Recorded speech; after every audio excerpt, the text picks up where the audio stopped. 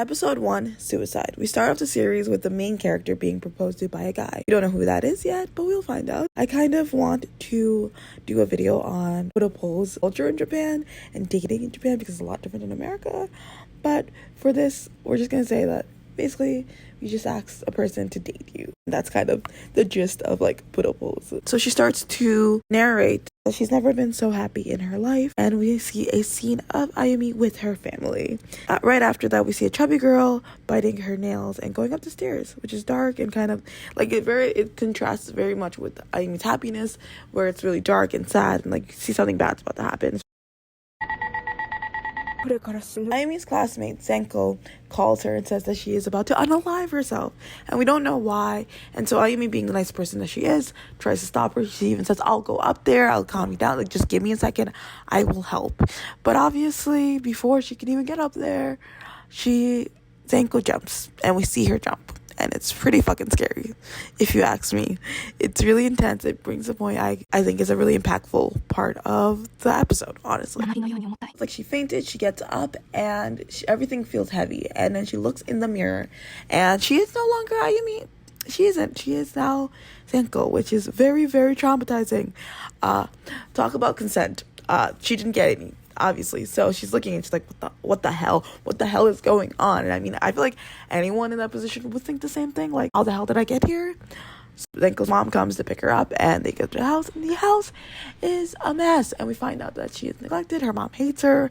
Her life kind of fucking sucks. The next day, she goes to school. She sees Ayumi, the body, Ayumi, like her body, and Senko in her body, obviously, and she freaks out, and she's like, oh my god, what the fuck happened? And obviously, that's a really normal response, I would feel like. Maybe I'm a little weird, but it's because we're in a Japanese society in the show, and, you know, like, we would like people making a scene. Everyone is just like, what the fuck is wrong with this weird-ass bitch? But, like, I mean, people always thought she was weird, and she started being bullied. You know, they're probably gonna say that whether if she did anything anyway. So, you know, that works for the one who stole her body. She tells certain people, no one believes her, obviously, because it's such a weird thing to be like, someone stole my body. She learns that life is really, really different for Senko compared to her, because she's not popular. People don't really like her. Even the teacher bullies her. Like, it's really, really, really mean. It's really, really sad, honestly. Like, she's, like, hated. But then she has, like, another mental breakdown. There's a lot of mental breakdowns in this episode, which, honestly, like I said, relatable. And she says, oh my god, like, since Ayumi on the roof of the school, which honestly, I don't think that is safe, because I've heard Japanese people say that they are not actually allowed to do that. But in TV shows and movies, everyone's always on the roof. But she bumps into her on the roof, and she's like, oh my god, can't believe this happened to us. I don't know what the fuck happened. Do you know what the fuck happened? Probably not. We should work hard to try to get our bodies back. Let's do it. It's fine. It's great. We can do it. We're together. And she's like, why would I fucking want to do that? Why would I want to be in that body? I fucking hate that body. I fucking hate my life in that body. I wanted to be you this whole time, bitch. And so, yeah, so she's not really going to be cooperative about switching back. And in my notes I wrote, is it a chicken or egg situation? Is it the halo effect? Like, is it because Ayumi is considered attractive? Ayumi, like, you know, original Ayumi is like considered attractive and stuff like that, so she's a nice person, but because Senko was treated so badly and stuff, like, and she has a lot of resentment.